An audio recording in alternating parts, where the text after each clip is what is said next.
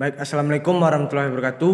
Perkenalkan, nama saya Ajrul Ikhwan, mahasiswa program studi Hukum Tata Negara semester 3. Baik, di sini saya akan menjelaskan tentang hukum adat, mata kuliah hukum adat yang diampu oleh dosen Pak Iqbal Katrino MH. Baik, penjelasan tentang hukum adat. Hukum adat adalah aturan-aturan atau norma-norma tidak tertulis yang tumbuh berkembang dan dipelihara oleh masyarakat berdasarkan kebiasaan, tradisi, serta nilai-nilai budaya yang hidup. Hukum adat memiliki kekuatan mengikat karena adanya kesadaran hukum masyarakat yang mematuhinya.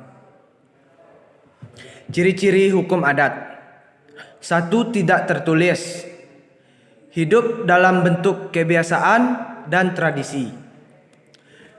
2. Fleksibel dan dinamis, mudah menyesuaikan dengan perkembangan zaman. 3. Komunal, lebih mengutamakan kepentingan masyarakat daripada individu. 4. Mengandung sanksi sosial.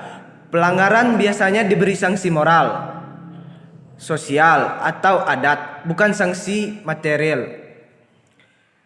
5. Berakar pada nilai budaya, erat kaitannya dengan agama, kepercayaan, dan adat istiadat setempat.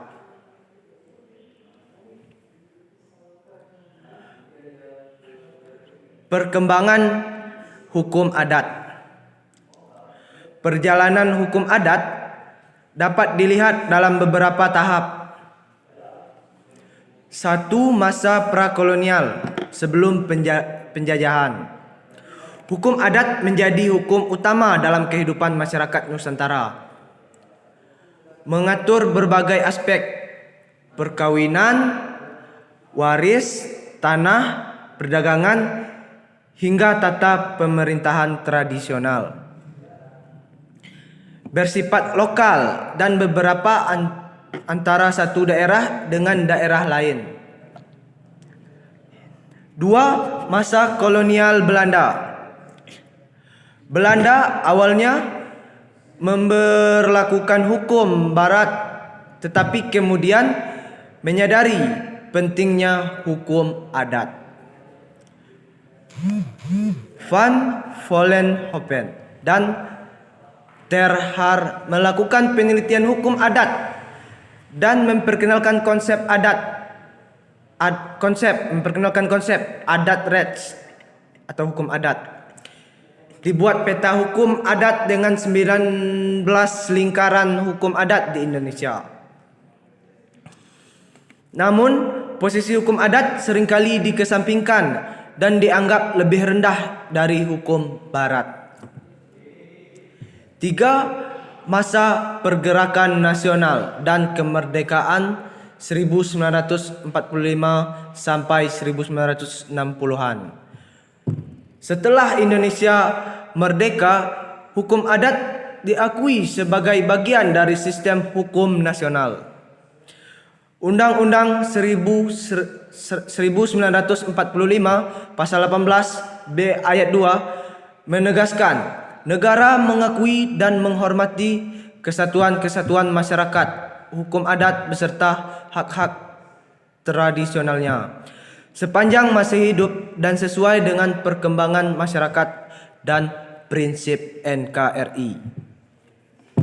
Dalam bidang agraria, hukum adat menjadi dasar lahirnya UU-PA 1960, Undang-Undang Pokok Agraria, yang menjadikan hukum adat sebagai dasar hukum tanah nasional. 4. Masa Orde Baru 1966 sampai 1998. Hukum adat kurang mendapatkan tempat karena pemerintah lebih menekankan hukum positif atau tertulis demi kepastian hukum. Namun, dalam praktik masyarakat, adat tetap memelihara aturan adat, terutama dalam perkawinan, waris, dan kepemilikan tanah. 5. Masa reformasi hingga sekarang. Hukum adat kembali mendapatkan perhatian. Banyak daerah menghidupkan kembali lembaga adat dan peradilan adat. Dalam banyak peraturan daerah, masyarakat hukum adat diberi ruang untuk mengatur dirinya sendiri. Perkembangan global mendorong pengakuan hak-hak masyarakat adat. Misalnya dalam perlindungan lingkungan, tanah ulayat, dan kearifan lokal.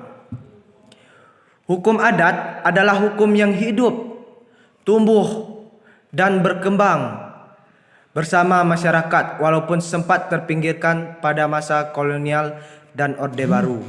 Kini hukum adat semakin diakui sebagai bagian penting dari sistem hukum nasional. Perkembangannya menunjukkan bahwa hukum adat bukan sekedar tradisi lama tetapi juga menjadi sumber nilai dan inspirasi bagi pembentukan hukum.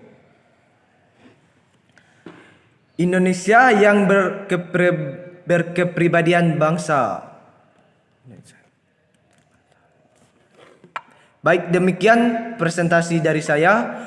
Jika ada kesalahan, baik itu dalam pengucapan kata, saya mohon maaf. Saya akhiri dengan billahi taufiq wal hidayah. Wassalamualaikum warahmatullahi wabarakatuh. Hidup mahasiswa.